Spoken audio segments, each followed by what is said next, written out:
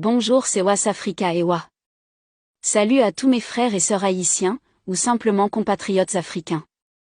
Aujourd'hui, je souhaite m'adresser à vous avec un message de solidarité et d'amour, car nous partageons un lien profond en tant qu'enfants d'Afrique et de la diaspora africaine.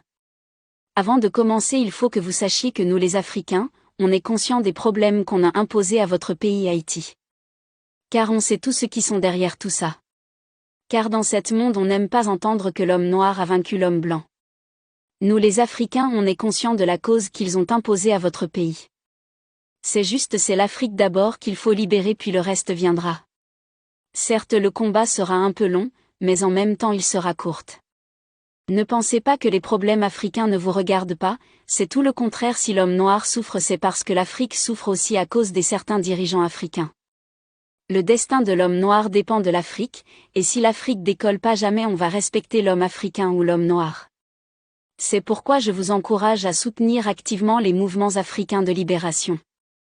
Votre soutien renforcera notre capacité à surmonter les défis et à façonner un avenir meilleur pour tous. J'espère que t'as tout compris. Vous, nos frères et sœurs haïtiens, vous incarnez une fierté particulière au sein de la diaspora. Vous non seulement vous sentez africain, mais vous le revendiquez haut et fort. Ne laissez jamais personne vous faire douter de votre identité africaine. N'écoutez pas ce que nos ennemis vous disent qu'on vous a vendu, certes il y avait des traîtres. Mais beaucoup des résistances se battaient contre l'esclavage. Ce qui n'osent pas vous dire. Certes l'ennemi de l'homme noir c'est l'homme noir lui-même.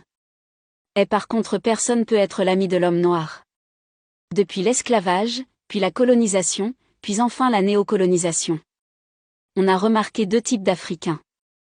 Les traîtres qui collaborent et les compatriotes qui résistent et combattent l'impérialiste.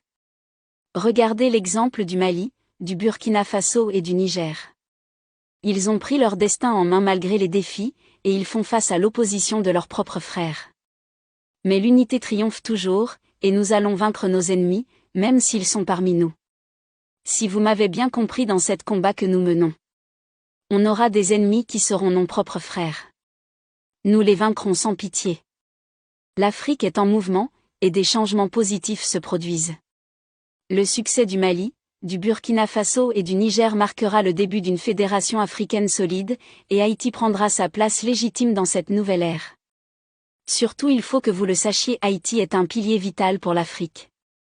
Pas seulement que vous êtes la première nation noire à avoir arraché son indépendance. Mais comme vous le savez, le panafricanisme est né chez vous. En plus vous avez joué un très grand rôle dans la libération des autres pays africains, en réalité l'unité ou l'unification de l'Afrique existe grâce à vous. Tout ça on vous le doit, j'ai presque les larmes aux yeux, mais ne vous inquiétez pas, ce sont des larmes de joie.